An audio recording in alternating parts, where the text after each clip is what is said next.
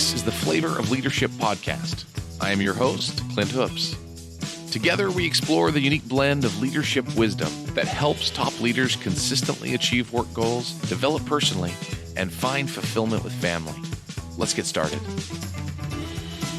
This is episode number 40. I can't believe, actually, that we are already at 40 episodes here on Flavor of Leadership. I truly want to thank all of you that have been here supporting us on the show by listening and sharing the show with your friends or your colleagues or family. Appreciate all those that have sent out show topic ideas and questions. I really appreciate all of those that have, done a written review. And I've had some of you that have reached out to me with success stories of how the show has helped you, your team, or even your family. And I truly can't tell you how much this means to me, that you would take the time to reach out and tell me how the show has helped you. So truly, thank you so much. As a reminder, for if there's any of you that do want to share a success story with me, or a win that you've had with your team, or if you want to share a great show topic idea that you had, or a question that you would love for us to cover, please send those to Clint, C-L-I-N-T, at flavorofleadership.com. Or go ahead and send me a message on Facebook or LinkedIn. Both of those work great, and I will get them. Thank you once again. Today, we're going to talk a little bit about the use of absolutes. Right? So absolutes. So when we're talking, often we will use the words, you will use the words never, forever, always, all, only, none, all of these words that are very definite, right? They're very clear cut. There's no room for error or no room for movement, nothing like that. They truly are all or nothing. Right? There's no exception. They are absolute. And so I actually have my 6-year-old. He always uses absolutes. I say that jokingly, right? I use the word always on purpose. He truly does very often, though, use absolutes in the way he speaks. It seems like no matter what it is, just like many other kids that are his same age, he says things like this. He says, "We never get to go get ice cream, even though we had went just the night before or 2 nights before," right? Or "I always have to clean up my little brother's mess," or "he always messes up my Legos." That's one I think I heard this morning, right? And is it true? Well, not always, but man, it happens quite a bit, especially when you've only lived for such a short time. It seems like it is always.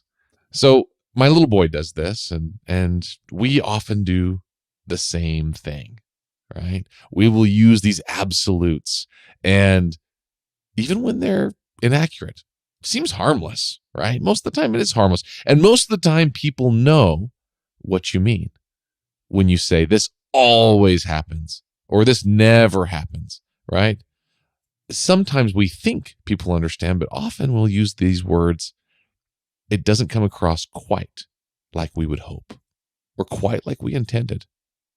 The words we say do make a difference, especially when you are a leader, right? It makes a difference. So what does the use of absolutes, what does this do to our credibility as a leader? When using these absolutes, how does that impact how people view you? I would submit that using these absolutes as a leader often can make you look less informed, less intelligent, and truly maybe even less capable than you truly are. When you use them incorrectly or too often, it can make you look like you don't actually know what you're talking about. Or, like I said, you're not very well informed on where reality actually sits. Or it looks like you're exaggerating constantly, right? You're making things much bigger or smaller or bigger deal or less of a deal than they really are. And so I have done this, used absolutes when I shouldn't have. And I'm sure most of you probably have as well at one point or another. It actually makes me think about the podcast from last week. So the podcast last week, we talked about the English Olympic rowing team, that their whole goal in whatever they were going to do was first to ask the question, will it make the boat go faster? Right? And if it doesn't make the boat go faster, then we're not going to do it. If it doesn't help us get closer to our goals, whatever it is we're doing, then we're not going to do it. Right? And so at times, it seems that the use or the negative use of absolutes definitely do not make the boat go faster or help us get closer to our goals. It seems like we can use these absolutes in a way that seems harmless, but can actually have a negative effect, make the boat go slower or get us farther from our goals in small, seemingly insignificant ways, right? At work, someone may say, Ethan is always late, or Janet never meets her deadlines, right? I have seen this go south specifically when you're a leader doing those things. Because Ethan, is he truly always late? Probably not. I'm sure it's possible that someone has always been late, never been on time, not once. Perhaps that would be their future performance until they're fired, right? And Janet never meets her deadlines. Probably not true. She probably does meet her deadlines sometimes. So there may be something else that needs to happen, right? Like I said, I've seen this go south when a leader does this, especially when they're trying to do like a write-up or something, or a discipline of some sort, because maybe there is an Ethan or a Janet that is often late or often missing her deadlines. And so some sort of performance improvement needs to happen, right? Some sort of discipline, a conversation, whatever it might be. The leader will describe this person's behavior in an absolute. Well, you're always late.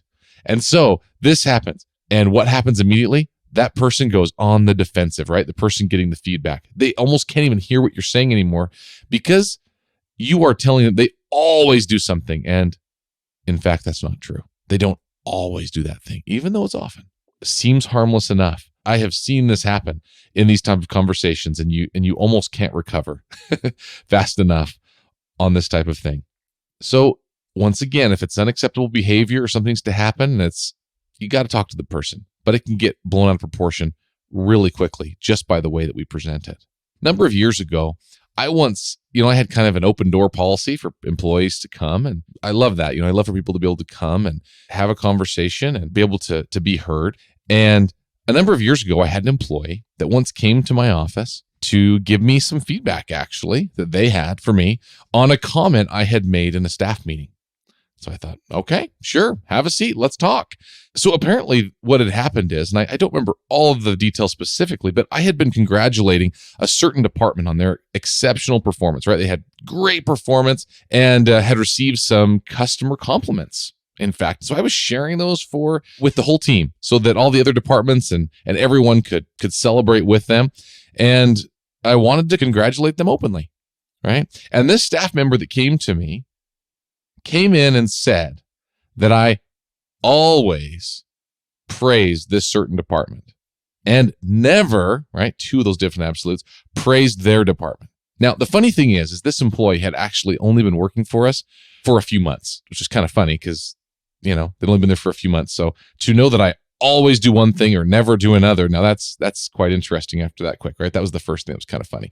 But the other thing that's kind of interesting is I generally prided myself on being able to listen to people and just kind of get from their point of view. But it was funny how quickly when they used the absolutes of always and never, oh my goodness, it's funny how quickly that my mind just flipped, right? It put me on the defensive, like, well, I'll show you never, and it's funny how in my head, I began to think, hey, if you were more concerned about doing your job, you would be praised in staff meeting more often, but I mean, I'm just kind of joking there, but I did. I refrained from saying anything like that and just tried to listen, take it in. All right, just listen, trying to kind of ignore the use of those absolutes because I know that's not what she truly meant, but that's what I heard. And that's how it made me feel.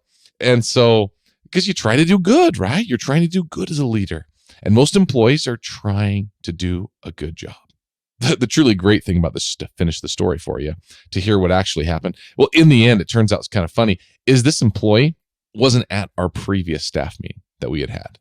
And the funny thing is, I had actually praised this employee's department for their performance in the previous staff meeting that this employee had not attended. So it worked out perfectly. I'm like, well, actually, you weren't there when we did praise them. So that helped to close everything up in kind of a funny way. But in the end, absolutes can impact all of us.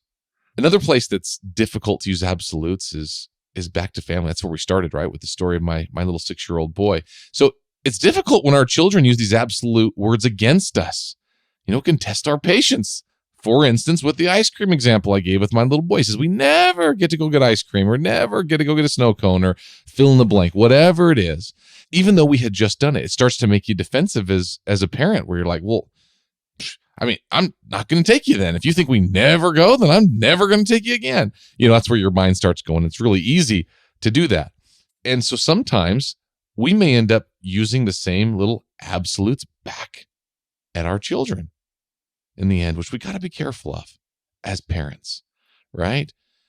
We may say something like, little Joey, we may say this to somebody else, and they may overhear, or one of the other siblings will overhear, or even just the way that we view the child can change. We'll say something like, little Joey, he's a good boy, but he never remembers to do his chores, or he always does this wrong, or he's always like this. And in the end, that can start to taint our own view of our own child and their potential, or of an employee, right, at work and their potential when we label people incorrectly.